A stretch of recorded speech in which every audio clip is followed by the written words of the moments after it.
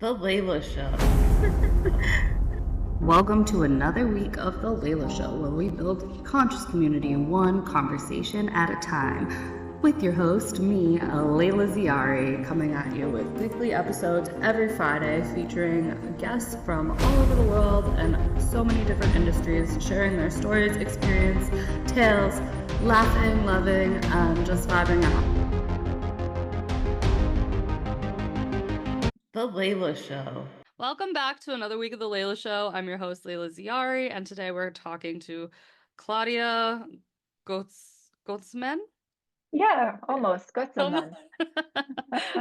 Is that well, you'll tell me where you're from in a second, but Yeah. so you are a facilitator of all sorts of holistic healing. You're a yogi, a photographer, an end-of-life doula, a spiritual life coach, and a psychological counselor who connects people, art, purpose, meaning, and healing in a few different forms. So I'm gonna just let you like elaborate on what that is, because as we just tried to do this introduction before this, I said coach, and she was like, no, no, no, wait, I do so many other things. So I'm just gonna let you like tell people what that is per se that you do. Yeah, well, thanks for having me and lovely to be here. Yeah, what do I do? I like the idea of saying facilitator because I feel like I'm facilitating a safe space for the people I work with, whatever is in them to come up and it come from implicit to explicit, and then so it can be looked at and integrated. And I think so. Therapist, I feel like it's so loaded these days, and coach is more forward, future thinking, while I also go into the back of childhood trauma. And I work very much going back into those the wounds of origin.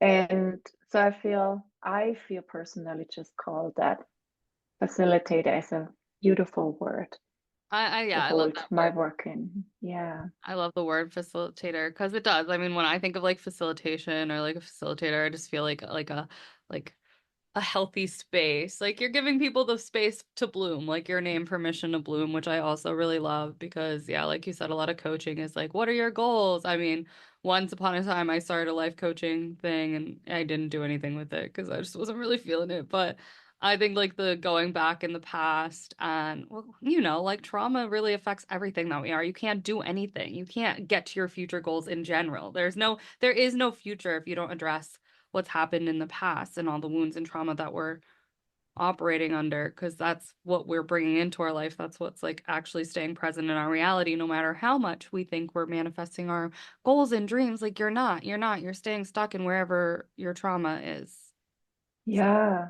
I mean, the work also is to, stop, pause, slow down, to actually understand what these drivers are.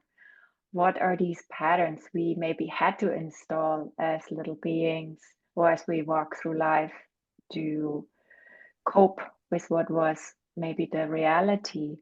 And then when we can understand why that had to happen, then we can look at it and again, integrate it or let it go gracefully.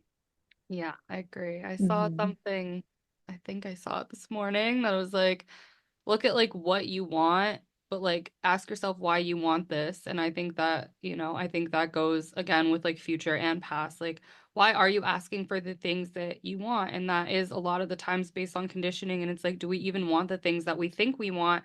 Or are we just so like conditioned to feel like this need based on what we didn't get as a child or what was put in front of us as a child? And then it's like, and then also look at the form, because like so many times every time I undergo like a deep healing, everything I want changes, and like the reason I wanted those things is no longer relevant. It was from a place of ego or not feeling loved or not feeling held or like not feeling seen, and it's like such this place of like need instead of like actual like soul desire. So I feel like it goes both. Yeah, exactly. I mean, just what you said, it's often right. We look on the outside to fulfill those needs. We don't have the safety, maybe never experience safety to look inward, to connect with our bodies and really understand what it is, what we had to give up. Right. You know, a lot of the work I'm doing, it's like, it's authenticity versus attachment. And as little beings, we always will go for the attachment. We will not be able to stay authentic. And then it ripples through all of our life, often, to the very end, or until we choose to do this courageous and brave work and stop and say, wow, who am I right now? What is I truly aspire? Who am I wanting to be?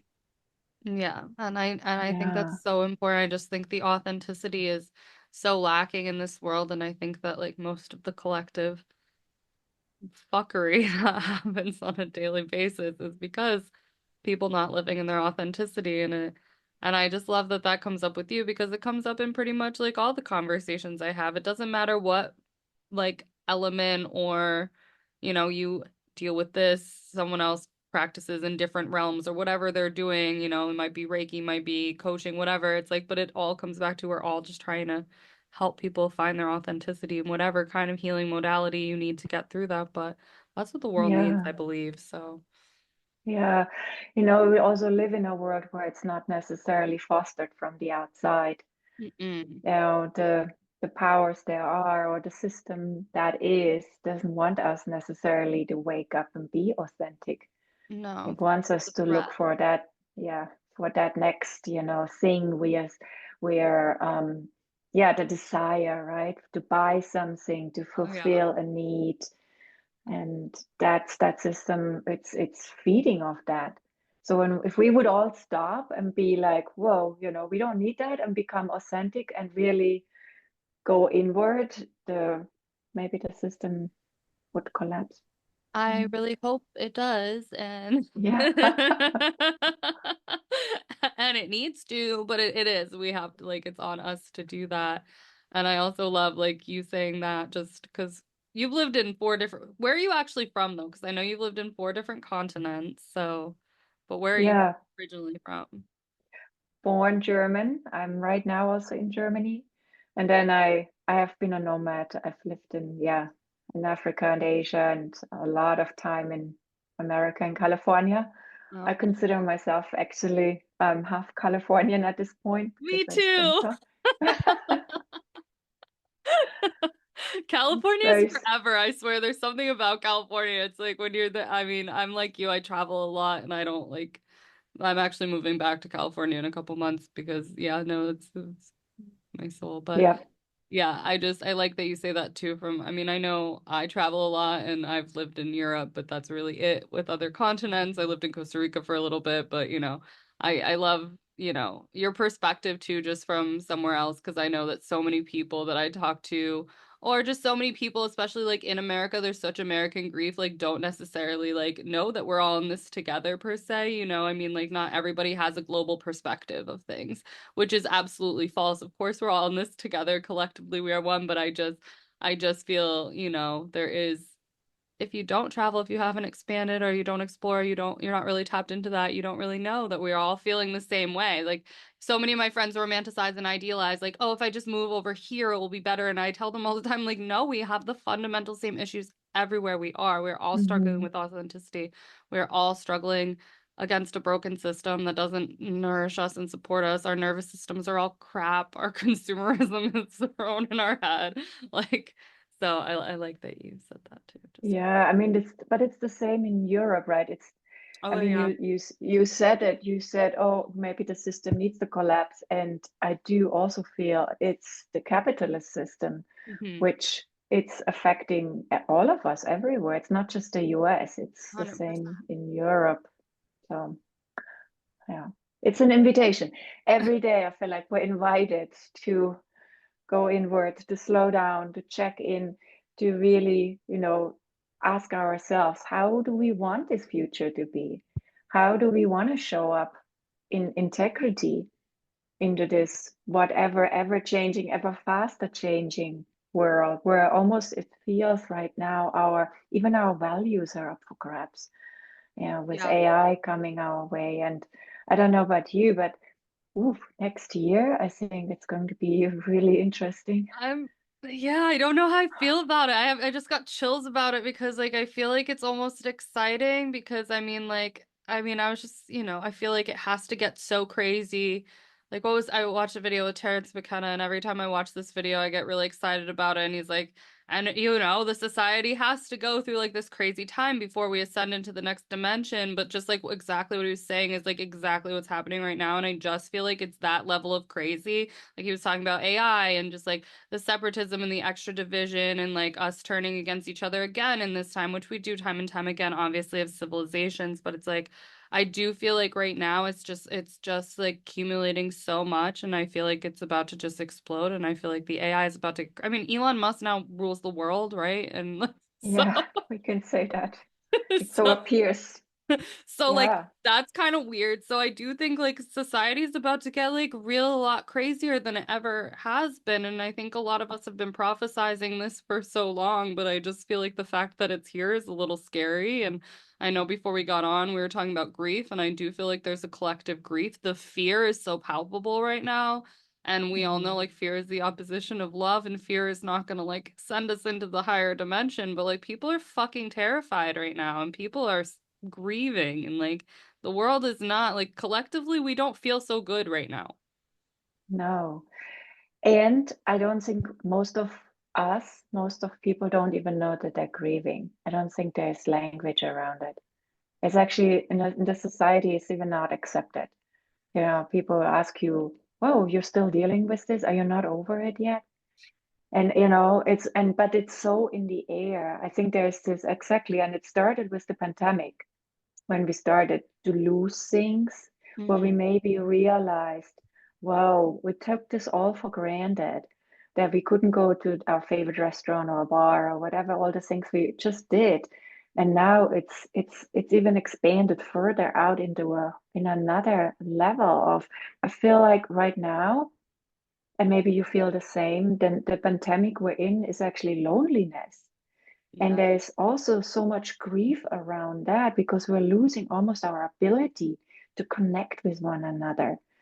And I must tell you, I spent a lot of time in Zoom land with amazing clients, and I love my clients, but it's the people, how many people am I really talking to in person or sitting Right. with or hugging or smiling, and that, and maybe I feel like, we're talking to people because of what we're doing.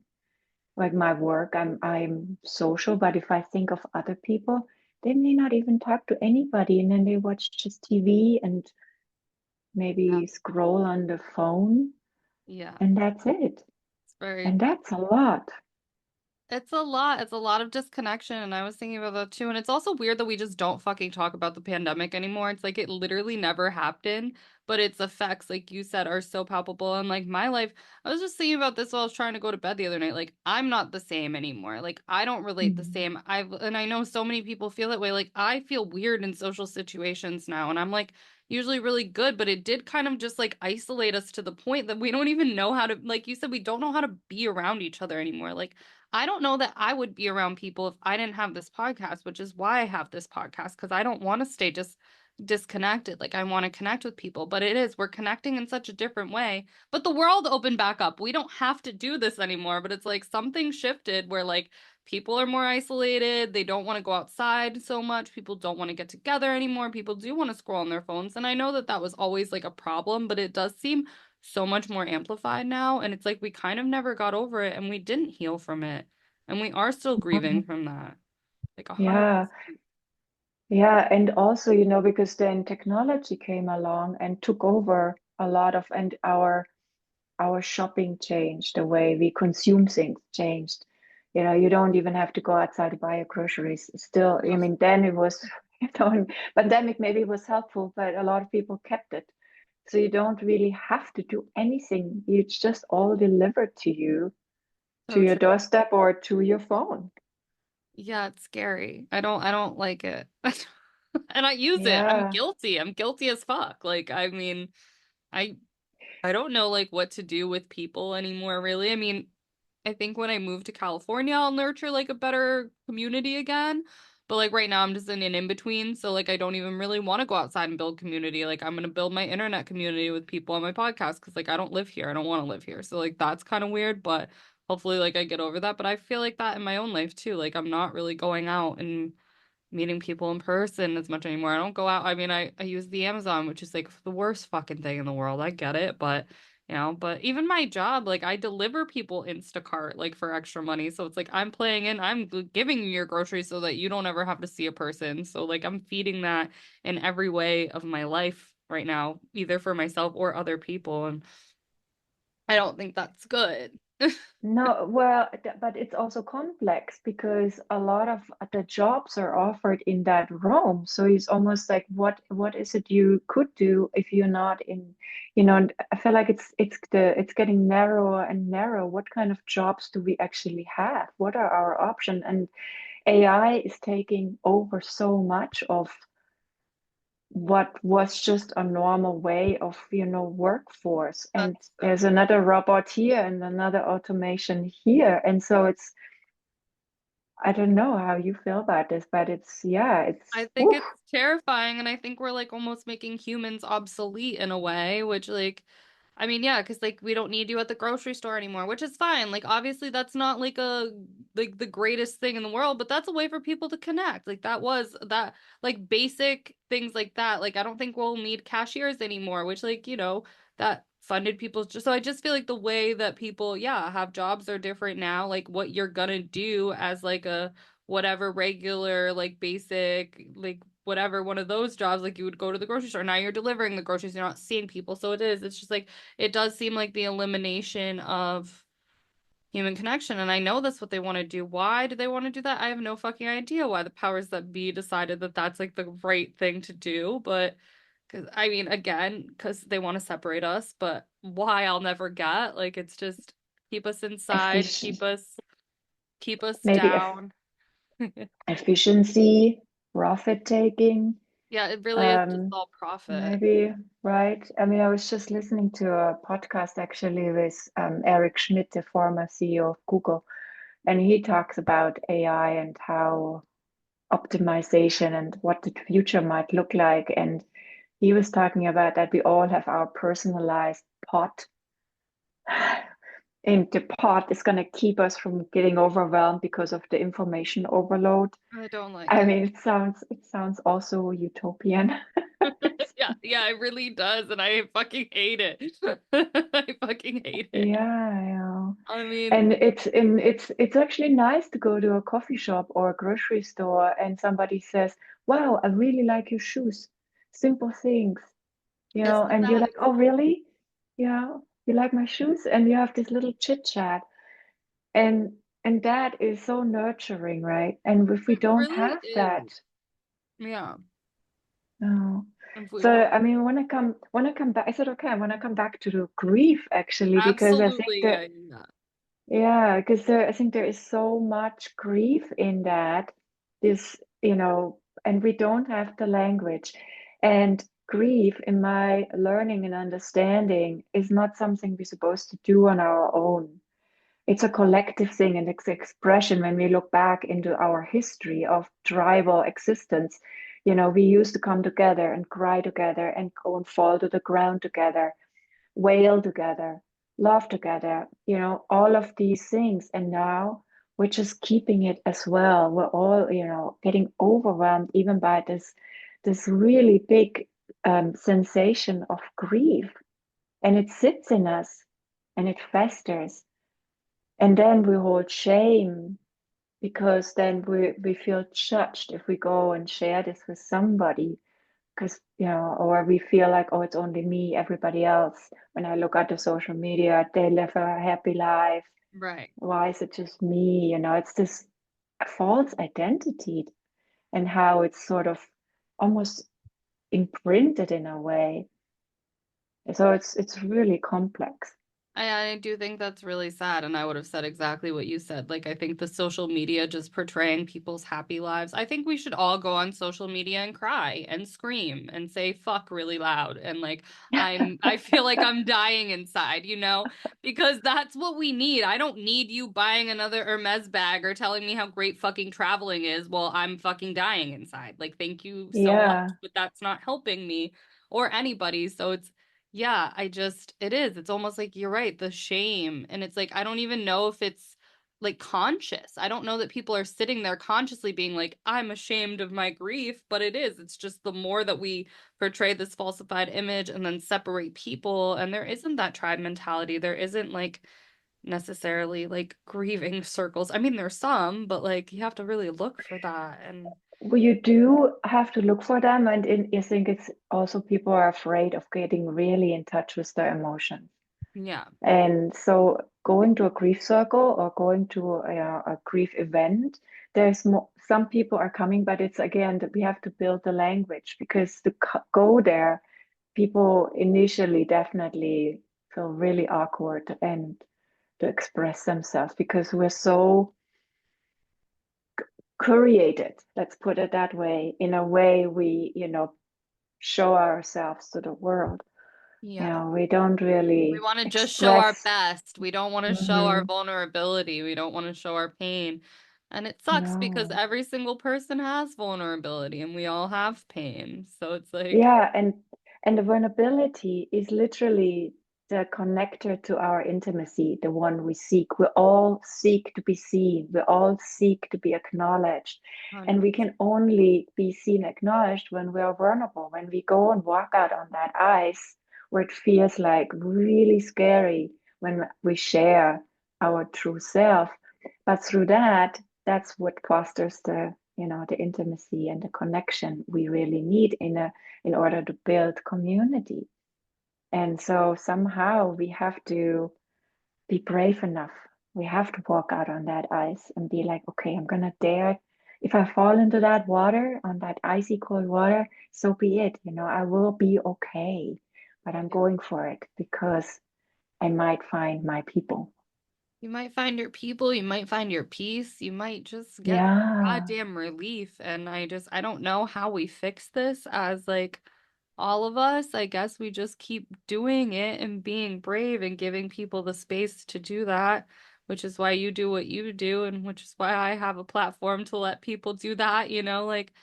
But yeah, it's a yeah, huge problem. Like, vulnerability is so beautiful, but we are so ashamed of it.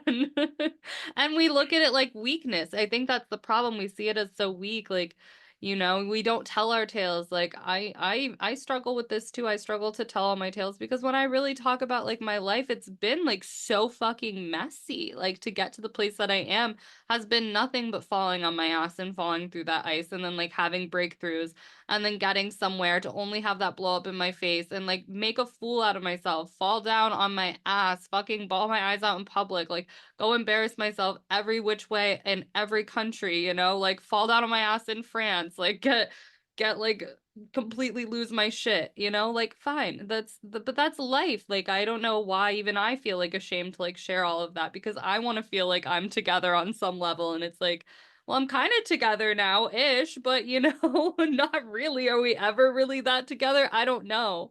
I don't know. I don't know if I'll ever really be that together, but most of my life has been a fucking shit show of me trying to figure it out and feeling yeah. those emotions so palpably. Like I feel things. When I feel, I'm all feelings. So it's like I don't hide that. I've never gone out in the world and been like I've literally like when I first got to France, I cried in the middle of the street on the ground. I would fall over, just so much grief, so much pain. I would just like cry in the middle of the streets, and my mom would be like, "Get the fuck up and go inside." I'm like, "I can't. This is how I'm feeling." And it's like, so I've always been like that kind of person, but I've always been like so like ashamed of that and been shamed Mm, for that. So it's like, right. yeah.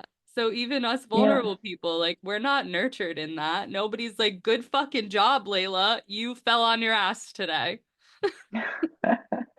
Yeah, it makes me think of the myth of normal, right? Why is it that we hold ourselves to these structures? Well, what's really normal? Why can we not be who we need to be? And I think if we allow that to open up because everybody is normal in that sense. And I know there's all these buzzy words like, neurodiversity, neurospicy, but maybe we're all I think we neurodivergent, all are. I really Yeah, think that. instead of making categorizing and singling out a few people.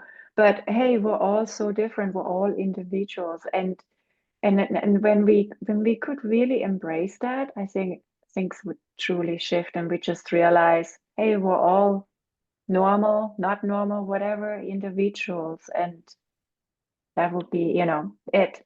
Yeah, But but then the that is algorithm it. probably that is it, yeah.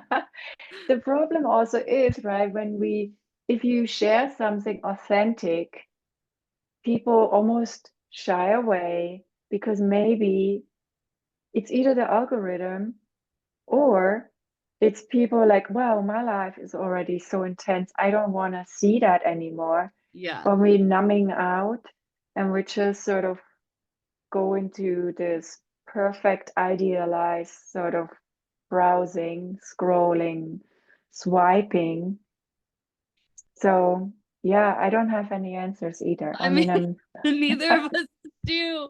I mean, at least we're talking about it because I mean, I don't think it's up to you and I personally to have the answers, but I think just talking about it is all like we can do for the moment. Maybe we'll have the answer one day, but I think you're right because so many of my friends even are like, "Layla, that's nice and everything you're saying is so fucking valid, but like I can't care about that because I just want to literally just shut myself out from every sense of emotion because I can't handle it." And I'm just gonna go in the Mhm. bubble and completely disassociate because it's just simply too much. And I'm like, no. Yeah, I'm the kind of girl, if I go out and I meet you, I'll have you crying in a second. Like, I want to go that deep. I want to hear how horrible it is. I wish I was hearing how great it is, but let's be honest, like, that's what we're hiding. We're not hiding when it's great. We're hiding when it sucks. So, like, I do want to hear about your pain and your suffering and your grief and what got you to this place. Like, that's what I find interesting. I've always found right. that more interesting. Yeah, and don't give it up. I'm Keep it looking up, to. keep it going. And you too. Yeah, And keep giving people the permission. I like your permission to bloom again because I think permission to feel is so important. I don't know why we need permission, but people fucking need permission. We need yeah. I think also out of my experience, we need to give ourselves the permission. And if we can do that, when we really can give ourselves permission to be seen, then something can shift as well. We can step out of, again, these old patterns, these patterns we have maybe inherit or had to establish because of our childhood and our upbringing. Yeah, 100%. Yeah, so and also to bring this full circle around. So we're in this really intense times, but maybe it's the biggest invitation yet for us to really shift and look inward and realize that something has to give. Something has to be looked at. It's not sustainable anymore. There's no more looking away. We're almost forced in a way to look inward, right? Yeah, I And think that's that's what when, and if excites we, me about this time. yeah, and if we resist it, that will probably create even more suffering than when we actually finally surrender to that and say, okay, yeah, something needs to give, something needs to change. I mean, I I'm feel like if going we to don't look, look at it, we're gonna eradicate ourselves as a fucking species. yeah, with our So like personal no pot. big deal or anything. This is not serious, you guys. Not serious at all. I feel like we either fucking evolve or we die. Like I really do feel like it's that dramatic, unfortunately, at this point. I can say that and laugh because I'm not in control of any of it and what am I gonna do about it? But it is a huge invitation. But I think that's part of why I'm excited because, I've lived with the veil ripped off my whole life and just Mhm. been going around while everybody has it over their face, which is, I've learned how to deal with that. I've learned that that's just normal and I'm not mad at them. I've never been like, I'm not, but like right now, it's just watching the veil lift for everybody that I thought it would never lift for is kind of exciting. And it's a shit show right now. And it's not, like I said, it's not looking pretty, but why would it be? Like everybody. all of these things you've been ignoring your whole life, and all these truths you've been denying to yourself are just now blatantly in your face. Of course, everybody's gonna freak the fuck out. Like there's no getting around that. But Yeah, on another level, it's exciting because there's no way to change if we don't get in that place, if we don't all grieve to this extent, if we don't all see it, if it's not so blatant, if we're not all fucking scared shitless right now and like looking at this, like, what have we been missing? How did we not see this? Well, then nothing's gonna get better. So, like, I'm also kind of excited that that's happening. right. You know, maybe that is the opportunity that we need to come back and from the ground up build new communities and stop handing over our power to these structures, capitalism, patriarchy, but really from the ground up, just form our own communities again and build something new. Come back to basics, maybe. I Just love the enough. basics. I love the basics. Yeah. Enoughness, right? That we have enough, that we are enough, that Yeah, life is enough, that we don't need anything else, and that we can find the beauty actually in that there's so by much going, beauty in that. yeah, I yeah, mean, by going for a walk and really looking and not being preoccupied by the phone, but really appreciating that we have a breath, that we have health, that we're in our bodies, yeah, exactly. I mean, and yeah, so stuff many like that. people don't even be present on their walks, and that's crazy because I can honestly say, like, when I lived off the grid, I mean, I did eventually want to come back to society because I was like, I knew what was out there, and I was like, yeah, let's rejoin. But I've never been happier and more at peace in my life than when I just literally didn't have to deal with any of that. Like, it was a micro community. We lived completely off the grid. Like, we just did whatever the fuck we wanted. Like we made our own rules in the society. Like the people of the town made their own rules. Like we would kick you out if you were an asshole. Like that's just how it was. Like we farmed our own shit. Like yeah, we had little like mini grocery stores, but like it was owned by the people in the town. It was like we were totally just supporting the people in the town, and it was fucking phenomenal. And, we'd go off into like real life like once a month to get things you couldn't get there, but I would wake up and swim with turtles every day, like not deal with any bullshit. Didn't have to worry about like money. We were all trading shit, like it was great. It's fucking great. Mhm. Well, that's good that you have this experience. So It was, it was maybe something you beautiful. bring forward into as the apocalypse is happening. I know I don't want to sound too doomsday or too No, but negative, but the apocalypse is fucking now. I don't care. Whatever it is, but that's a good transition into because death is just a way for new life, which I also did want to talk about before you left, like what you do as a death doula, because I think, death is a transition into something else. So if it is the apocalypse, all that means, like, I just don't want everyone to think that when I say the apocalypse, like everything's ending. No, this is an opportunity to transition into something else. So bring on the fucking apocalypse, because this shit ain't working. yeah, yeah. And that's another big taboo. We don't talk about death. It's we don't. It's like, we can't even actually die. Even the dead they put preservatives on them and makeup and they look alive. Even the dead cannot be dead. Right. So, yeah, it's so weird how we actually lost touch with all that what, the seasons every year now we're entering winter and it's shown us and fall how beautiful it is to let go and how it's needed. There's this period where death really is the fertile ground for something new. And if we would look to nature, it really would, there's comfort in death, in this quiet, in this gustation of where, that the new can come. But in our existence, in our world, and the way we chose to live in these societies, structures, it's just no. It's like super age, you know. What was that? The guy from Amazon, forgot his name, the Be- CEO of oh, Amazon. Bezos. Bezos, doesn't he say he wants to get like 200 years old or something? Yeah, people are trying to be Yeah. immortal now. It's just And like now we don't appreciate like we trash old. I think we've always done this except for like back in the tribe days. We always like shun old people and shove them in a corner like but they're wiser than us, but we're just like, "Oh, that's gross." We're just gonna put it Yeah, over there in like the sickly homes like we don't like aging, we want immortality at this point and we don't appreciate death. I mean, I personally, fall is my favorite season, although I hate the cold, but like because I like the death. I love Scorpio season is my favorite season of the year because it's very like spooky, dark, transformative. It mm, has that death yeah, energy, and I love that death energy. I don't know, I've always really liked death energy because I know in my life when I go through a major death, like something new is gonna happen.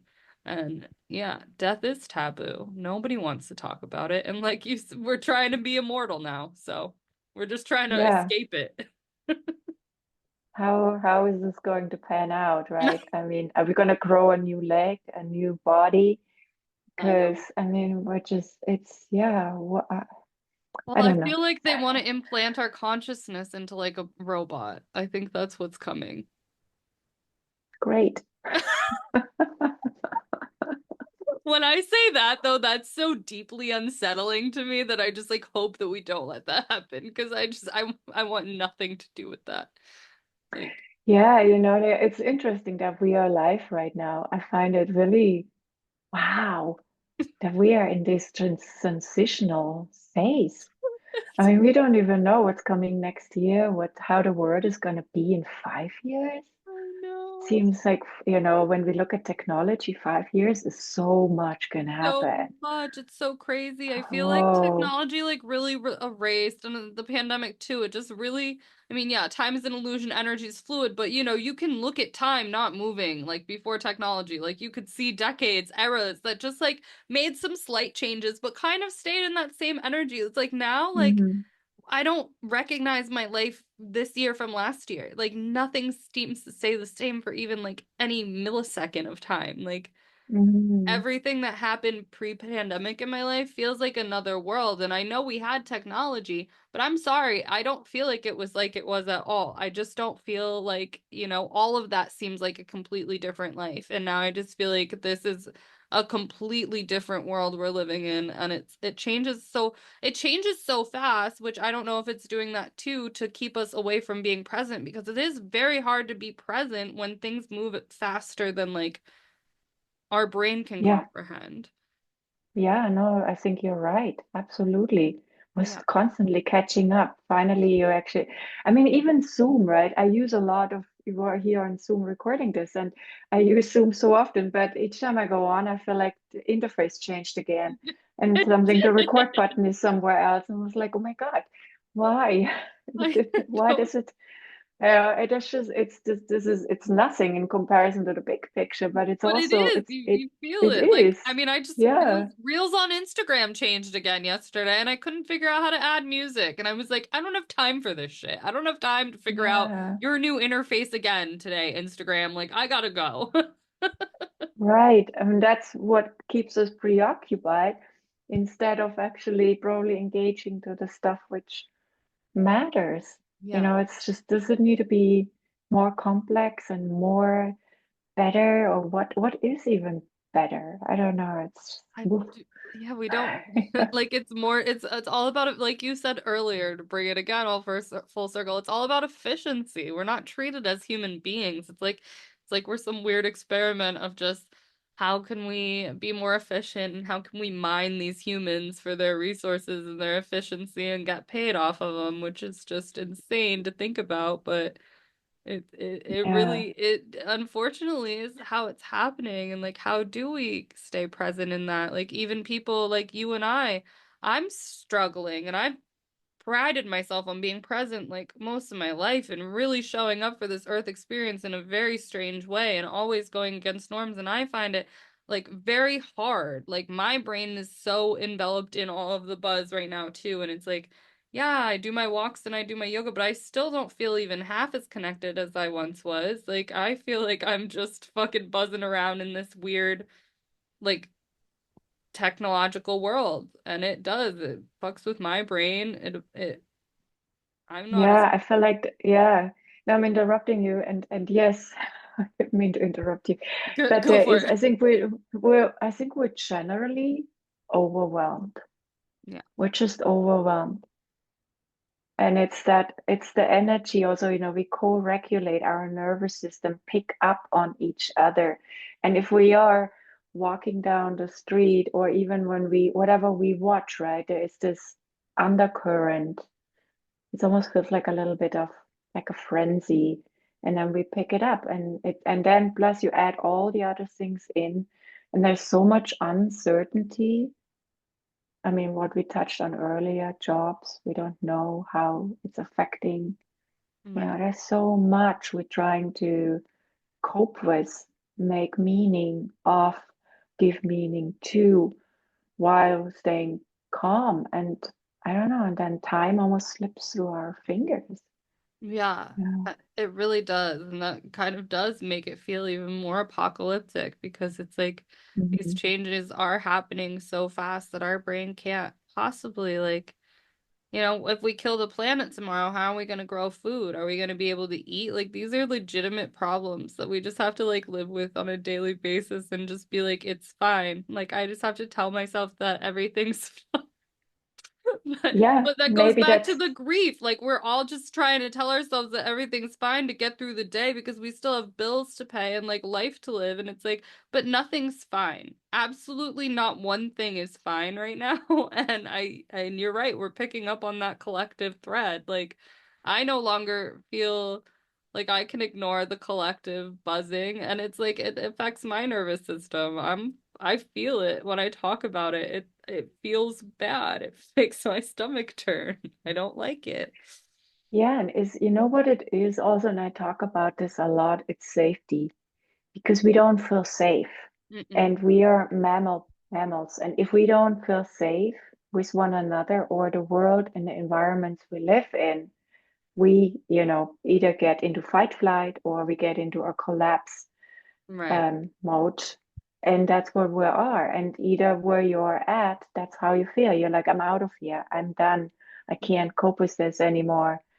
Or you want to be invisible and you hide in your apartment, in your room, because it's just, again, this overwhelm, and our nervous systems are not designed for processing that much information. And it No, feels just in general so unsafe. you're right. And it is Yeah. safety. Like I realize, I don't know, I feel like I used to not realize the value of safety before when I was younger. I would just do like the reckless thing, but safety is so everything. It's so important and we need it. And that's how I base who's in my life at this point. I'm like, if I feel safe with you, then we can continue to be in each other's life. If you don't make me feel safe, like there's not a chance in hell that I will ever speak to you. Right. And if you feel safe, if you have a base of safety, then you can go out and be adventurous, and you can go and take risks because you know you can come back Right. to that place within you or in the world where it really feels safe. But right now, where it's really hard to foster that. It's really hard. And I've always came back to Yeah, myself as my safe space. And I don't really, I'm like, I don't know. I don't feel like anything's really that safe. I feel like I'm my safest bet right now, but it's still like, I'm not sure. I'm not sure anymore.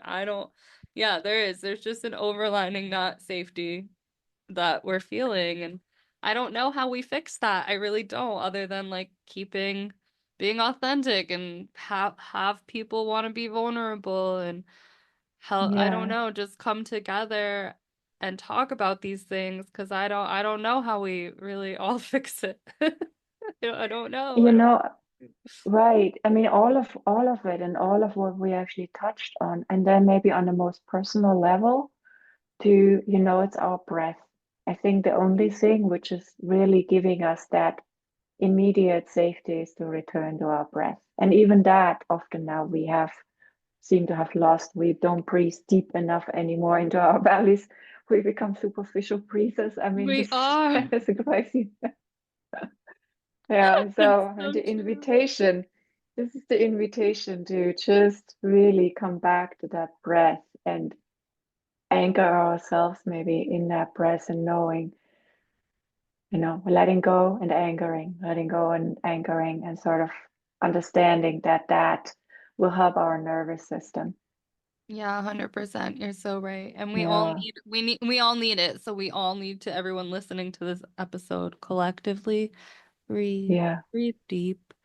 Which reminds me, I'm gonna go do some like Kundalini yoga or something after this because I didn't do any breath work yet today. See, I woke up and didn't do breath work today, and I'm like, you can feel me starting to panic as I think about the world. It is. It's like, how do we deal with this? How do we come back to ourselves? Because it is like that's really we have the grander answer of how we fix everything. Everything needs to collapse, and we all need to come together. But in the meantime, yeah, we need to breathe, Yeah, breathe.